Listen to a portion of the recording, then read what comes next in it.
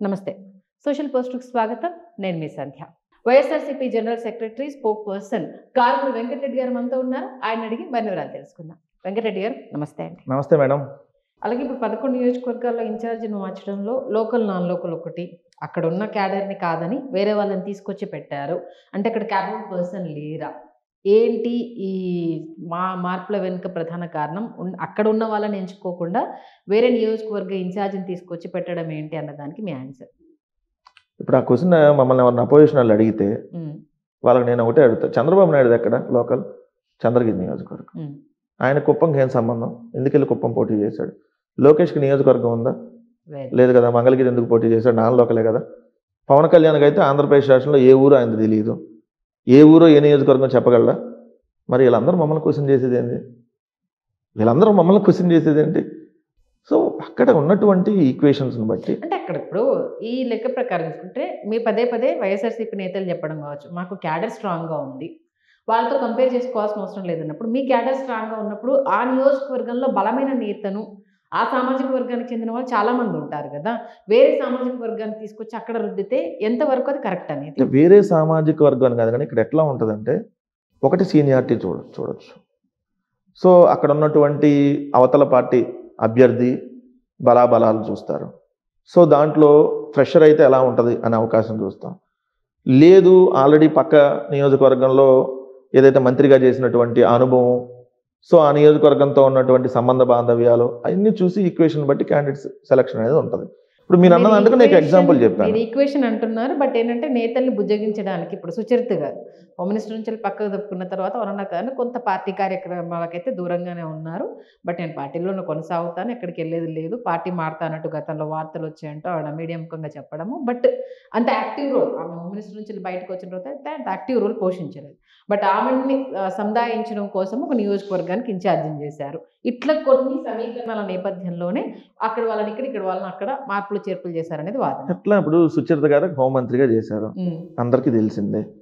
అంటే హోంమంత్రిగా చేసినటువంటి సుచరిత గారికి సో ఈ తాటికొండ పంపించడంలో తప్పే ఉంటుంది. ఎందుకంటే ఆమె స్టేట్కి సంబంధించి మంత్రిగా చేసినటువంటి వాళ్ళని అదే జిల్లాలో ఇంకో నియోజకవర్గానికి పంపితే దాన్ని బొజ్జగించినట్టు ఇంకోటి ఎట్లా అయింది?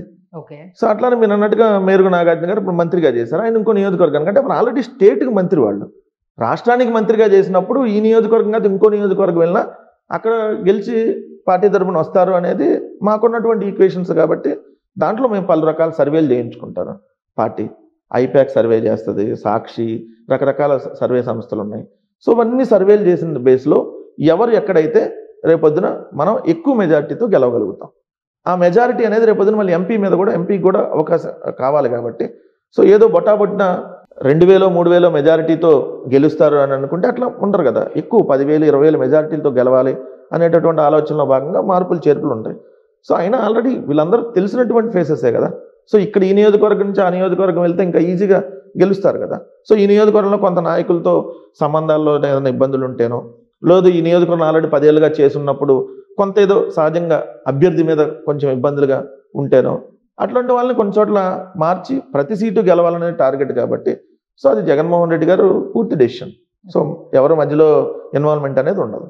అయితే ఏపీ ప్రజల్లో కొంత గవర్నమెంట్ మీద వ్యతిరేకత ఉంది. సంక్షేమం మీదనే పెద్దపీట వేశారు, అభివృద్ధిని పట్టించుకోలేదు, యువతల గురించి నిర్లక్ష్యం చేశారు. అభివృద్ధి అంటే డెవలప్మెంట్ విడిపోయిన తర్వాత సరే చంద్రబాబు హయాంలో ఏం జరగలేదన్న వాళ్ళు వీళ్ళు వచ్చిన తర్వాత ఏం అభివృద్ధి చేశారు, ఎక్కడేసిన గొంగలు అక్కడే ఉంది కదా అన్న ఇంకో వాదన తెర మీద తీసుకొస్తున్నారు. ఈ మాట అన్న ఎవరికైనా ఇప్పుడు నేను మాట్లాడే వీడియో మీతో మాట్లాడినాక ఇది అభివృద్ధి కాదు అని కానీ వాళ్ళు అంటే వాళ్ళని ఎర్రగడ్డ మెంటల్ హాస్పిటల్లో చూపించాలి. ఎందుకు ఆ మాట అంటున్నా అంటే ఏంటి అసలు అభివృద్ధి అంటే? What is the meaning of development? ఈ ఎవడైతే పనికి మాలిన షోకాల్డ్ మేధావులుగా చెప్పుకునే వాళ్ళు ఏపీలో డెవలప్మెంట్ లేదు ఏందిరా నాయన డెవలప్మెంట్ అంటే?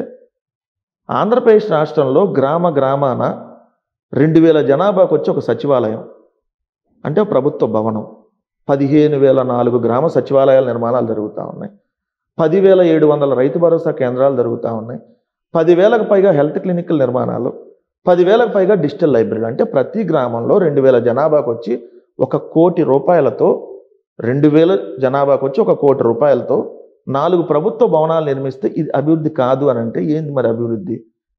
20,000 కోట్ల రూపాయలతో 4 పోర్టులు, 10 ఫిషింగ్ హార్బర్లు, 6 ఫిష్ ల్యాండ్ సెంటర్ల నిర్మాణాలు జరుగుతున్నాయి. ఇది అభివృద్ధి కాదంట.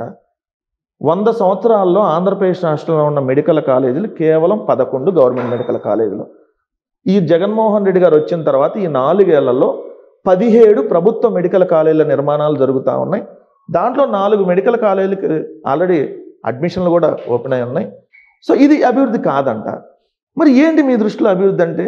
తలసరి ఆదాయం పెరిగితే అభివృద్ధి కాదంట, జిఎస్డిపి వృద్ధి రేటు పెరిగితే అభివృద్ధి కాదంట, ఈజ్ ఆఫ్ డూయింగ్ బిజినెస్లో వరుసగా 3వ ఏడాది ఏపీ నెంబర్ 1 వస్తే అభివృద్ధి కాదంట, 60,000 కోట్ల రూపాయల పెట్టుబడులతో 128 కంపెనీలు ఆంధ్రప్రదేశ్ రాష్ట్రంలో గ్రౌండ్ అయితే అభివృద్ధి కాదంట, 3,90,000 ఎంఎస్ఎంఈ యూనిట్లు 5 ఏళ్ళు వస్తే అది అభివృద్ధి కాదంట.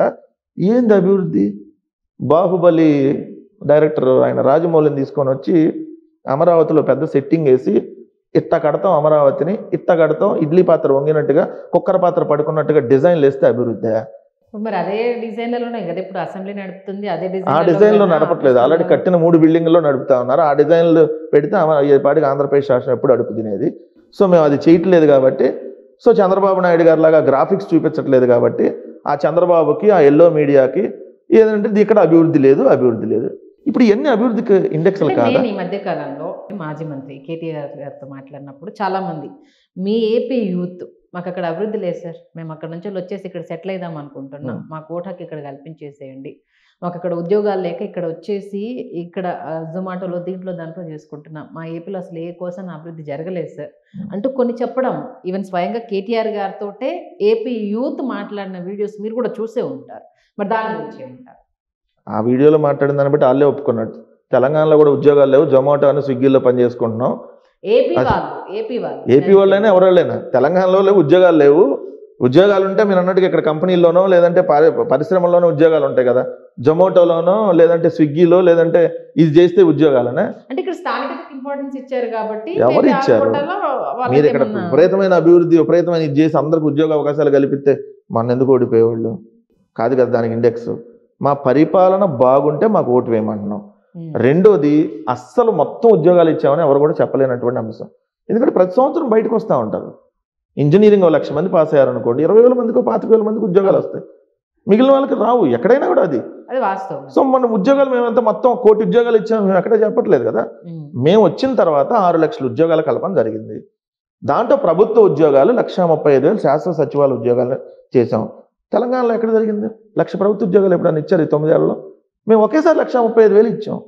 అది కాకుండా గ్రామంలోనే ఉంటూ ప్రభుత్వానికి ప్రజలకి మధ్య సేవ చేయడానికి వాలంటీర్ల వ్యవస్థను ఏర్పాటు చేసి గౌరవ వేతనంగా 5,000 ఇచ్చాం. నిరుద్యోగ వృత్తి ఇస్తామని అంటలేదుగా మేము. గౌరవ వేతనంగా 5,000 ఇచ్చాం, గౌరవంగా వాళ్ళు బతుకుతున్నారు అక్కడ. సో అట్లానే మేము ఆర్టీసీలో 50,000 మంది వాళ్ళ ప్రభుత్వంలో తీసుకున్నాం. సో అలానే హెల్త్ డిపార్ట్మెంట్లో 48,000 రిక్రూట్మెంట్ జరిగింది. మిగిలిన అన్ని డిపార్ట్మెంట్లకు సంబంధించి ఇంకొక 20,000 అంటే దాదాపుగా 2 లక్షలకు పైగా ప్రభుత్వ ఉద్యోగాలను వచ్చినటువంటి 4.5 ఏళ్ళు ఇచ్చాం. ఎందుకంటే ఏ ప్రభుత్వం ఇవ్వగలదు? ఎవడో ఏదో మాకు రాలేదని ఆడెవడో చెప్పాడు, ఈడెవడో రోడ్డు బాగోలేదు అన్నాడు. రోడ్లు వేస్తూ ఉంటారు, పోతూ ఉంటాయి. హైదరాబాద్లో మీకు రోడ్లు గుంటలు చూపించమంటారు, ఎన్ని గుంటలు ఉంటాయి? థ్యాంక్ యూ వెంకటరెడ్డి గారు, పిలవగానే వచ్చినందుకు. ప్లస్ ప్రస్తుతం ఏపీ సిచ్యువేషన్, వైఎస్ఆర్సీపీ బలాలు బలహీనతలు ఎలా ఉంటుంది, కార్యకర్తలు ఏంటనేది చాలా క్లియర్గా తెలియజేశారు. మీకు ధన్యవాదాలు.